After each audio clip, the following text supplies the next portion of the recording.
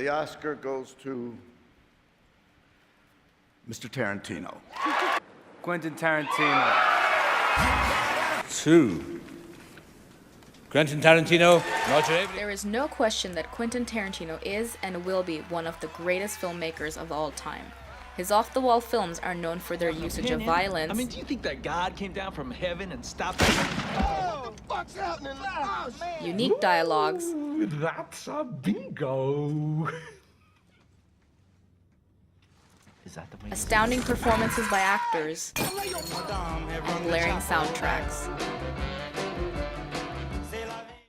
In this video essay, we will take a look at the true artistry of Tarantino and how he uses music to create his cinematic masterpieces. Your use of music is by this time legendary. When you do it right, and the music and the movie kind of goes in sync with each other for a sequence or so, it's just kind of like you're flying or you're skating or something. And those are always just like some of the funnest parts to watch with an audience because they're really engaged. I have a record room in my house. I'm a big vinyl guy. In the 2012 interview with New York Times, when speaking about his creative process, he said, "When I do find a couple of music pieces, that's 2 or 3 steps closer to actually being a movie. Now who knows if these 3 songs will end up being in the finished movie, but it gets me a little further along."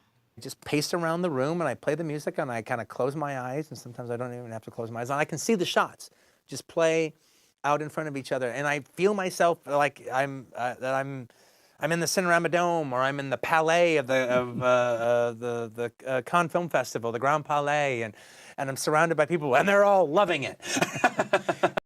I could make a tape that your character would listen to. If your character had a little mixtape of music that they liked, I could make a mixtape that your character would have made, and then you can listen to. And this is stuff that your character responds to. Any of you fucking pricks move, and I'll execute every motherfucking last one of you.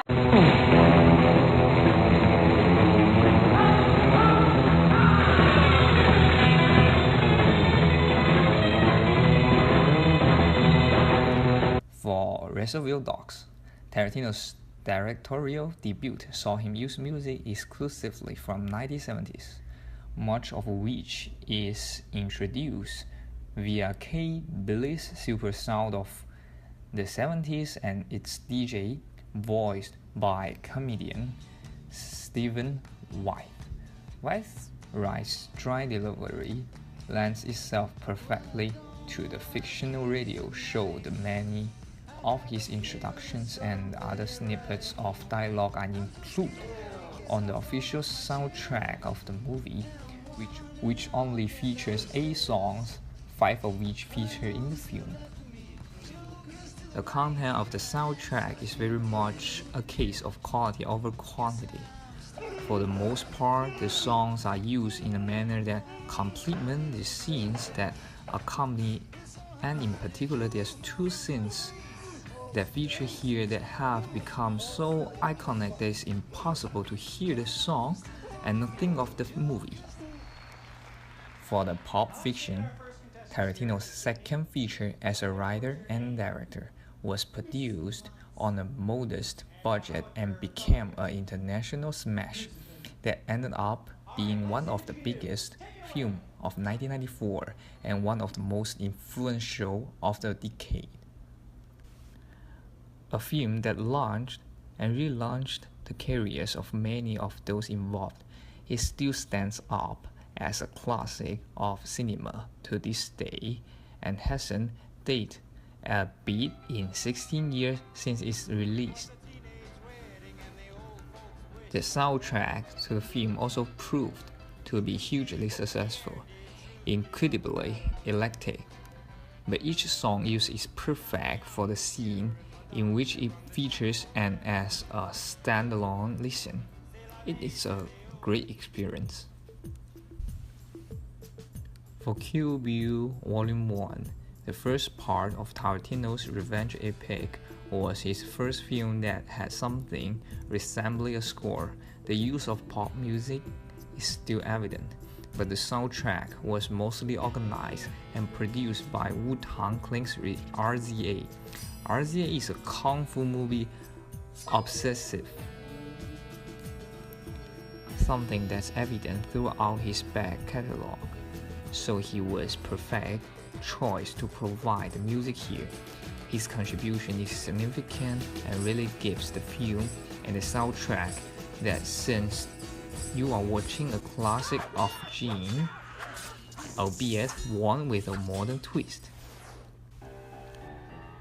For Kill Bill Volume 2, if the soundtrack and indeed the film itself, the Volume 1 was heavily influenced by classic kung fu genre films. Its sequel had more of a spaghetti western feel. The soundtrack was the result of a collaboration between RZA and Robert Rodriguez. The bulk of what became the score and gives the film its western feel is provided by Ennio Morricone tracks that featured in the number of his notable scores. Rodriguez's band Chingon provide the closing track to the film, Malagueña Salerosa, with segue into Black Mamba by the Wu-Tang Clan.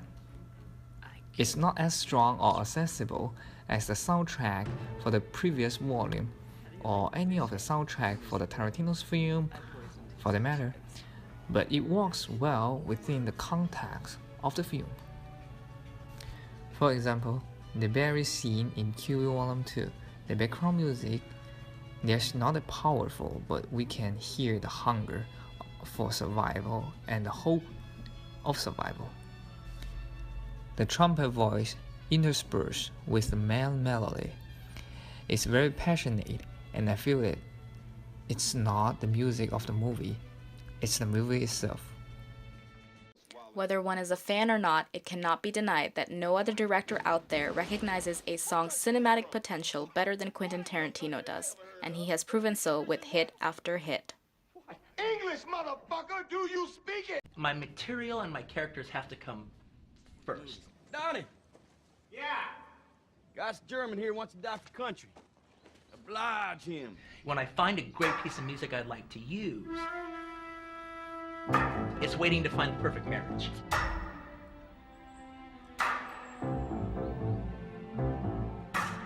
It's like my job as a storyteller to make the movie exciting without just putting innocuous music to make the pace a little better.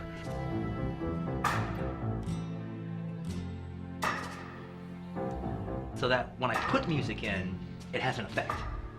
You hear it. It's not just ting ting ting ting ting ting ting kind of music because it's supposed to be suspenseful.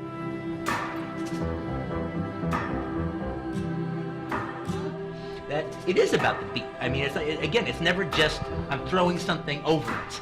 It's supposed to be exciting. It's supposed to rev you up. It's supposed to get you going.